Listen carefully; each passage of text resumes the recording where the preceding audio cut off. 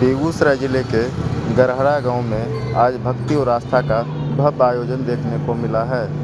यहां श्री सतचंडी महायज्ञ एवं श्रीमद् भागवत कथा का आयोजन किया जा रहा है।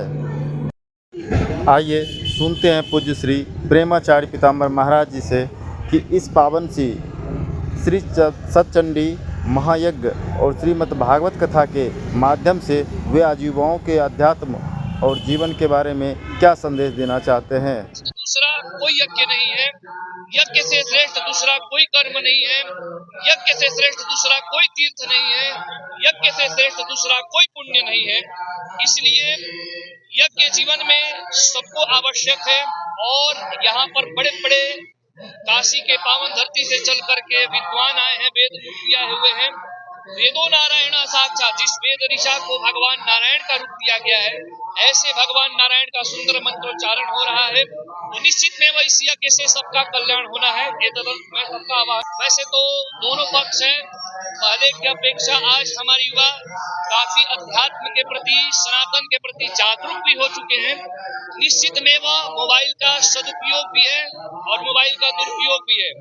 मैं सभी युवाओं से यही कहूंगा कि मोबाइल का भी आप सदुपयोग में प्रयोग करें। यज्ञ देखें, कथा देखें, उसमें सुंदर विचार देखें, जिससे आपकी बुद्धि तीव्र हो। और सबसे तो सुंदर यह होगा, मेरे छोटे छोटे बालक जो हैं, वो क्या हो रहा है कि मैकाले के सिलेबस से वंचित हो रहे हैं, शिक्षा पद्धति से वह वंचित होते हुए अधिक समय मोबाइल में लगा रहे हैं। तो मोबाइल से हमारा बुद्धि का भी ह्रास है, नेत्र में भी विकार उत्पन्न होता है और शारीरिक पतन भी है। इससे क्या होगा कि हमारे भारत का जो मेधावी छात्र हैं, जो मेधावी होंगे, जो बड़े बड़े रिसर्चर्स होंगे, उनका बहुत ह्रास होगा और शीघ्रता से पतन होगा। इसलिए मोबाइल से थोड़ा बचें और पुस्तक पर ज्यादा ध्यान दें। यज्ञ मंडप ही एक ऐसा स्थान है जिसमें त्रैलोक्य के सभी देवी देवताओं का आवाहन होता है, स्थापन होता है। इसलिए इस गढ़हरा के पावन धरती पर, इस पावन प्रांगण में आए, क्योंकि जिस स्थान पर जब तक यज्ञ होता है तब तक के लिए वह स्थान कोई सामान्य स्थान नहीं रह जाता, वह दिव्य देश हो जाता है। दिव्य देश यानी वैकुंठादि लोकों से भी उस स्थान को श्रेष्ठ बताया गया है।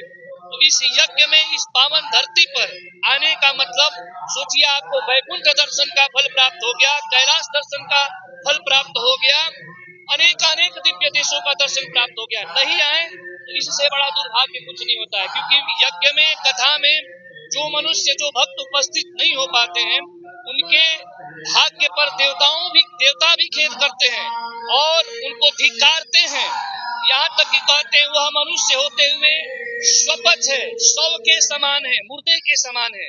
इसलिए जहाँ भी यज्ञ हो, जहाँ भी कथा हो, वहाँ पर सबको आना चाहिए। नहीं आने से दोष लगता है और आने से अनेक एक सवाल और है सर, विष्णु महापुराण कथा का जो आयोजन किया गया, श्रीमद् भागवत महापुराण, श्रीमद् भागवत विष्णु महापुराण का, इसका मेन मुद्दा क्या होगा सर?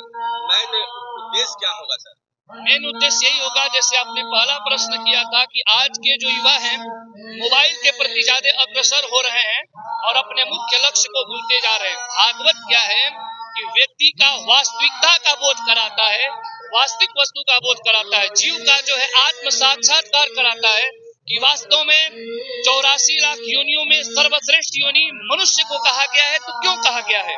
और हम मनुष्य इस भारतवर्ष में, इस भारत के अवधि पर हम सबका जन्म हुआ है, अवतार हुआ है। तो इसका प्रयोजन क्या है? केवल खाना पीना सोना और एक दिन अंतिम यात्रा की ओर बढ़ जाना, यही जीवन का लक्ष्य है। यदि यह जीवन का लक्ष्य है तो फिर मनुष्य में और पशुओं में कोई अंतर ही नहीं रह जाता, क्योंकि छोटे से बड़े जीव भी, पशु पक्षी भी, वो भी अपने परिवार के साथ प्रेम के साथ रह लेते हैं, वो भी अपना पेट का पालन पोषण कर लेते हैं और हम मनुष्य भी करें तो हम में उनमें कोई अंतर नहीं रह जाता।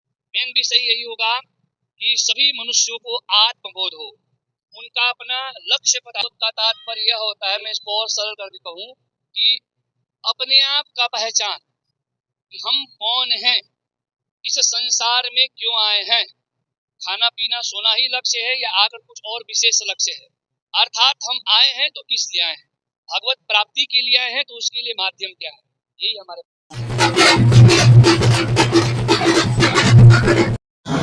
माता का आवाहन किया जा रहा है, जो इस महायज्ञ और श्रीमद् भागवत कथा की शुभ शुरुआत का प्रतीक है। गांव की गलियों से गुजरती यह यात्रा न केवल धार्मिक आस्था को दर्शा रही है, बल्कि महिलाओं की एकता, श्रद्धा और संस्कृति की सुंदर झलक भी पेश कर रही है।